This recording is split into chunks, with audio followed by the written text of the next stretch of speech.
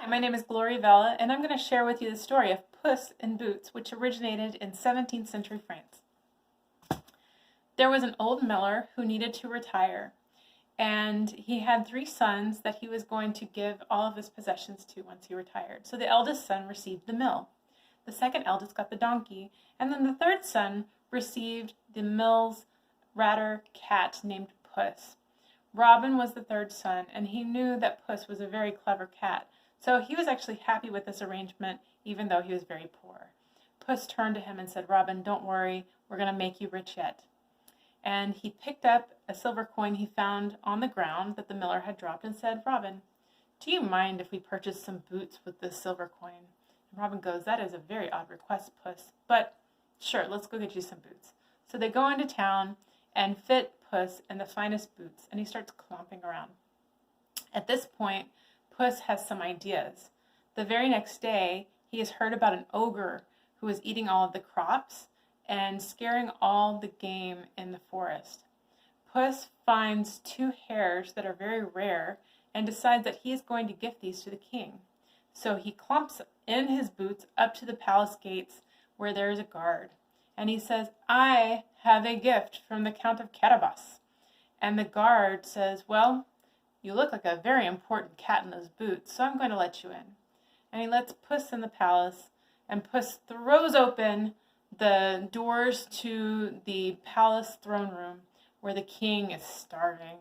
And he clumps up to the king in his boots and says, "I have the gift from the Count of Carabas." And he holds up the 2 hares. The king is very impressed, for this is a fine gift, and says, "You must give the count my thanks." The next day, Puss has been watching where the king's carriage is going past a pond every day at noon. So he has another idea, and he tells Robin to undress and jump in the pond right before noon. Robin goes, "Puss, I have no idea why you want me to do this." And Puss was like, "Just trust me."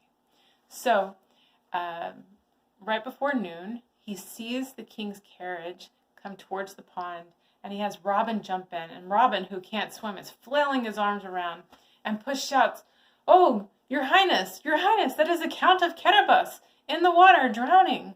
And the king recognizes the name and his fine gift from the day before and says, "We must rescue him." So they pull out Robin, who they think is the Count of Carabas, and say, your clothes are ruined, we are going to fit you in the finest clothes." And so now Robin is fitted like a king. And then the next day, as Puss is walking down the country road, he sees some peasants who are crying over their crops. And Puss has another idea, and he says, "If I were to get your crops bountiful and growing again, will you tell the king, whose wagon happens by here every day, that these are the lands of the Count of Carabas?" And the peasants go, "Absolutely, we will do that, if you can get our crops to grow." "Sure." So then Puss goes to the ogre's home, where the ogre is being very nasty, eating all of the bounty in the lands. And he has another idea, and he says, "Ogre, I see you have these magic feathers, but I wonder what you can do with them." And he tells the ogre, "Ogre, can you make yourself a big lion?" And the ogre goes, "Absolutely." The ogre becomes this huge roaring lion and starts snarling and growling. And he goes, "Ogre, that is very impressive, but can you make yourself as small as a mouse?" And the ogre goes, "Psh, I can do that, absolutely too." And then he transforms himself with the flick of his wrist into a tiny little mouse. Puss immediately stomps on him and devours him in one gulp. And then he turns around and grabs a magic feather and leaps out of the ogre's home and down to the fields where the peasants are crying. He waves the magic feather around, and suddenly there's a bounty of crops. The peasants are delighted. And when the king's carriage passes by the next day, they go, "These are the lands of the Count of Carabas."